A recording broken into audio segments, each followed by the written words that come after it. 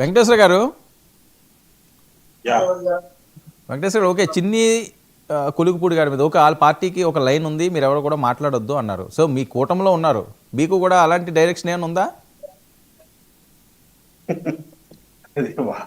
ఇది కూటమిలో ఉన్నప్పటికీ కూడా అది పూర్తిగా తెలుగుదేశం పార్టీకి సంబంధించిన విషయం కదా. అవును, అందుకని మీరైనా మాట్లాడతారా దీని మీదని?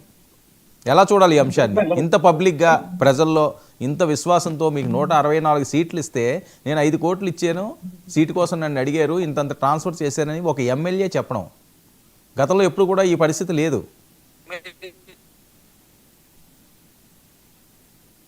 గారు ఒకటి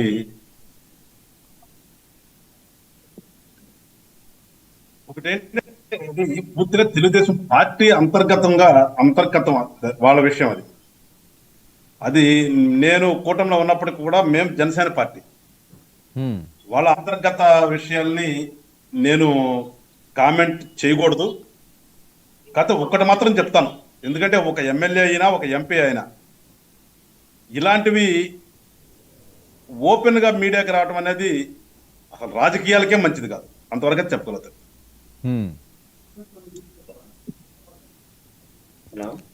కాదండి, ఇది అంతర్గతం అయినా అది పార్టీదే.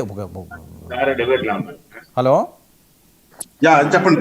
ఇప్పుడు అంతర్గతం అనే అంశం వేరే అంశాలు అనుకుంటే అది వేరే విషయం. ఒక ఎంపీ ఒక ఎమ్మెల్యే ప్రజాప్రతినిధులు వాళ్ళు. అదే అందుకనే అందే ఇప్పుడు నేను చెప్తుంది అదే కదా. ఒక ఎంపీ ఒక ఎమ్మెల్యే ఆ రకంగా రావటం అనేది అది పార్టీ కంటే కూడా అసలు ప్రజాస్వామ్యంలోనే మంచిది కాదు అది.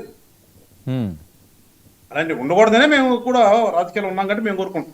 సరే కానీ అదన్నీ వాళ్ళ పార్టీకి సంబంధించిన కాబట్టి వాళ్ళు తెలుసుకుంటారు, వాళ్ళు మాట్లాడతారు. ఏమైతే చూద్దాం. అధ్యక్షుడు బయట ఉన్నారు, వచ్చిన తర్వాత మాట్లాడతారని చెప్పారు కదా రఫీ గారు. వాళ్ళు ఏం చేస్తారో చూద్దాం, మాట్లాడిన తర్వాత కామెంట్ చేద్దాం. రఘురామకృష్ణరాజు గారు బయట ప్లే చేస్తాను, ఒకసారి వినండి దీని గురించి. మరి పవన్ కళ్యాణ్ గారు విన్నారు కదా, పవన్ కళ్యాణ్ గారు ఆయనకి వీరాభిమాని, నేను నాకే సమాచారం తప్పు అయి ఉండొచ్చు, ఫ్యాన్స్ ఎవరో కూడా దీని మీద తప్పుగా అర్థం చేసుకోకండి అని చెప్పి ఆయన ఓపెన్గా మాట్లాడిన స్టేట్మెంట్. ఇప్పుడు అదే ఇప్పుడు